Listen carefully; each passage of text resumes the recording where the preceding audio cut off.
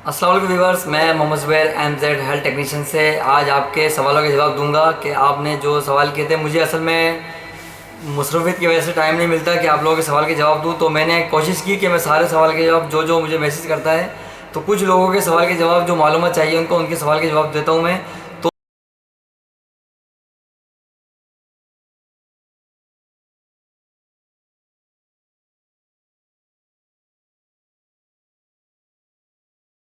तो समय पहले हमारे अमनदीप कौर भाई हैं, इन्होंने मुझसे सवाल किया है कि नेल सर्जरी के बाद उसकी ड्रेसिंग कब तक करनी चाहिए और क्या उसको खुला छोड़ना चाहिए। तो मेरे भाई अमनदीप कौर भाई के नेल ड्रेसिंग फर्स्ट जब नेल निकलता है तो उसकी ड्रेसिंग करने के बाद एक दिन छोड़ के फिर पहली ड्रेसिंग खुलती है, क्योंकि उसके जो फ्रेश होता है, जो पट्टी लगाते हैं तो वो ब्लीडिंग हो सकती है दोबारा से, तो इसलिए एक दिन कवर करते हैं ताकि उसकी लेयर बन जाए अच्छी तरह से, उसकी ब्लीडिंग थोड़ा कंट्रोल हो। तो एक दिन छोड़ के पहली ड्रेसिंग खुलती है, उसके बाद फिर कंटिन्यू जब तक उसकी रेडनेस होती है, उसकी नेल के जगह पे रेडनेस होगी तो उसको हम ड्रेसिंग करते रहेंगे, क्योंकि आजकल माहौल ऐसा है, गर्दो गुबार मट्टी धूल मट्टी उड़ती है तो उसमें ज़ख़म ख़राब होने का ख़तरा होता है। जरासीम जो वो जरासीम होते हैं जो हमारी आंखों से नज़र नहीं आते, वो भी इन्फेक्टेड कर देते हैं। तो कोशिश करें कि उसको ढक के रखें, उसको ड्रेसिंग करें, और जब तक कि वो अच्छी तरह से बिल्कुल वाइट ना हो जाए, उसकी लेयर बिल्कुल रेडनेस उसकी ख़त्म ना हो जाए, जब तक कि उसको ड्रेसिंग करते रहें, कवर करके रखें उसको। तो उसके बाद जब वो रेडनेस बिल्कुल ख़त्म हो जाए, आपको लगे कि अब उसमें कोई ये ड्रेसिंग की ज़रूरत नहीं है, तो फिर कम से कम 6 दिन तो कम से कम ड्रेसिंग करें उसकी। 6 दिन में रिज़ल्ट बेहतर हो जाता है। और उसके ड्रेसिंग खोलने के बाद भी वो जो जगह होती है वो कच्ची रहती है, तो उसमें पॉलीफेस लगाएंगे स्किन। पॉलीफेस स्किन लगाने का मतलब ये है कि वो पॉलीफेस स्किन उसको थोड़ा गाढ़ा, मतलब ये कि हार्ड कर देती है उसको थोड़ा सा जगह को, तो वो फिर नेल अच्छी तरह से बेहतर आता है और वो ज़ख़म भी कच्चा नहीं रहता। ठीक है, तो उसको कम से कम उसको पॉलीफेस लगा के रखें।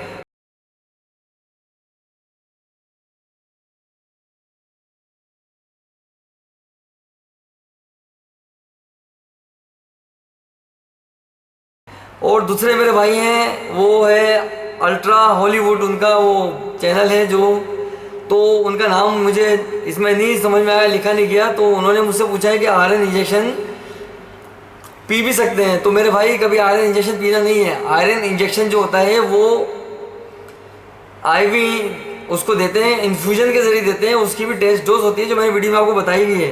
तो आयरन इंजेक्शन जो है जब लगाते हैं तो उसको 15 मिनट तक सिलो देते हैं, इन्फ्यूजन में भरते हैं 100 ml लोमेसलाइन में, उसको 2 एम्पूल डलते हैं, जो भी डॉक्टर की रिक्वायरमेंट है उसके हिसाब से वो अगर डोज देते हैं तो उसको फर्स्ट डोज जो लगती है वो टेस्ट डोज की सूरत में आईवी सिलो बिल्कुल ड्रॉप देते हैं 15 मिनट में, कम से कम 10 ड्रॉप्स, 10 या 5 ml जाना चाहिए 15 मिनट के अंदर, ताकि पेशेंट का रिएक्शन पता चल जाए कि उसको उससे कोई नुकसान तो नहीं हो रहा है, उसके हेडेक तो नहीं हो रहा है, उसके रेडनेस तो नहीं, उसके कोई दाने तो नहीं हो रहे जिस्म पे, या उसको चक्कर घबराहट तो नहीं आ रही है। उसकी मालूमात करने के बाद 15 मिनट के बाद फिर उसको थोड़ा सा तेज़ कर देंगे, नॉर्मल कंडीशन में लाकर। कम से कम पहली जो इंजेक्शन की डोज लगेगी वो पौने घंटे में ख़त्म होनी चाहिए, और नेक्स्ट डोज तो फिर उसको रिएक्शन की वो नहीं है क्योंकि लग चुका है उसको, तो फिर आधे घंटे में कम से कम इसको ख़त्म करना चाहिए।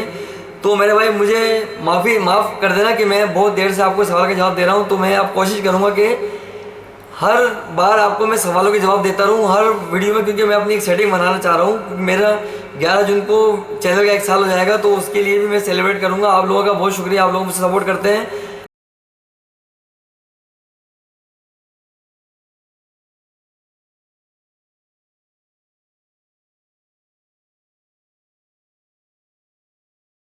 और एक सवाल मेरे क्या है, मारूफ सलीम है, ये इन्होंने मुझसे सवाल किया है कि आप ऑनलाइन स्टूडेंट को स्टडी करा सकते हैं, यानी कि तालीम दे सकते हैं। तो मैं माफ़ी चाहता हूँ कि मैं ऑनलाइन, क्योंकि मेरे पास काम इतना होता है, मैं बहुत बिजी रहता हूँ, तो वीडियो बनाने की बड़ी मुश्किल से कोशिश करता हूँ कि आपको लोगों को मैं सारी वीडियो बना के बता सकूँ। तो मेरी मसरूफियत ऐसी होती है कि मैं सुबह से लेकर रात तक बिज़ी रहता हूँ, और आप लोगों के लिए स्टडी करके रात में फिर मैं कोशिश करता हूँ कि अच्छी से अच्छी आपको टिप दे सकूँ। तो इसलिए आप कोई अच्छा सा टीचर ढूंढें, और कभी कोई मालूमात लेनी हो तो मुझे मैसेज करके पूछ लिया करें। मेरे लिए यही रहनुमाई आपके लिए बेहतर है कि आप लोगों से मुझे भी पता चल जाएगा कि मैं आपको क्या चीज़ बताना चाह रहा हूँ। तो मेरे को भी फ़ायदा होगा इससे आप लोगों का, कि आप मुझसे पूछेंगे तो मेरे को जो चीज़ नहीं आएगी तो मैं स्टडी करके आपको ज़रूर गाइड करूँगा कि ये इस तरह से होती है।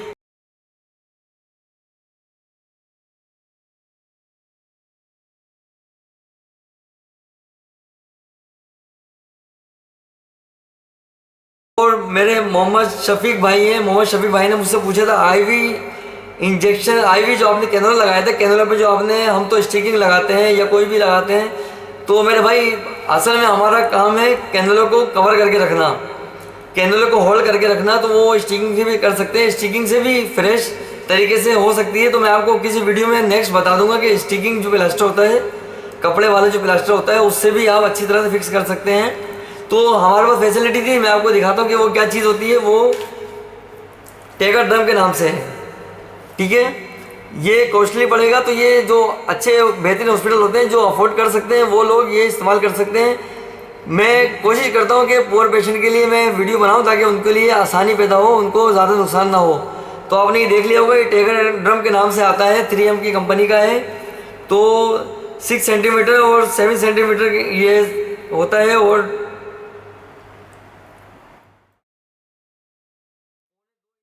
ये, ठीक है। तो ये टेगर ड्रम के नाम से फिल्म होती है, फिल्म कहते हैं इसको, टेगर ड्रम फिल्म।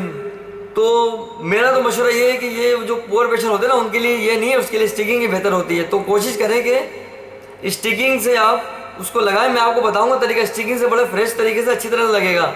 तो मैं नेक्स्ट मेरी वीडियो इंतजार करिएगा, मैं इंशाल्लाह आपको बताऊंगा कि स्टिकिंग से कैसे कैनोला बेहतरीन तरीके से लगा सकते हैं।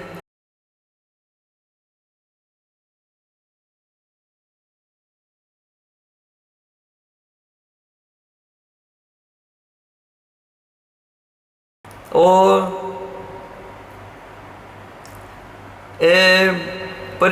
प्रीतम विश्वास, इन्होंने मुझसे पूछा है कि गेमजी पैड कैसे बनते हैं। गेमजी पैड बनाने का बहुत आसान तरीका है, मैं इंशाल्लाह कोशिश करूँगा कि आपको भी मैं गाइड करूँ कि गेमजी पैड किस तरह से बनता है। तो 4x4 पैड, अगर आपका ये इरादा है कि 4x4 पैड बनाने का, तो मैं ज़रूर बताऊँगा आपको 4x4 पैड का। बाकी गेमजी रोल मैंने आपको बता दिया किस तरह बनता है। तो मेरी वीडियो का इंतजार करिएगा, और आप लोगों का बहुत शुक्रिया, आप मुझसे सवाल करते हैं। और इंशाल्लाह अब मैं आपको मायूस नहीं करूँगा, आप जो भी सवाल करेंगे उसका मैं फ़ौरन जवाब दिया करूँगा।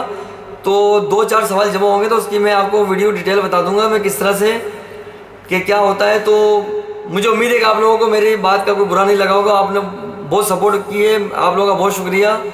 तो मेरे चैनल MJ हेल्थ टेक्नीशियन को लाइक करते रहे, सब्सक्राइब करते रहे, बेल आइकन दबाएं ताकि मेरी मज़ीद वीडियो आपको मिलती रहे।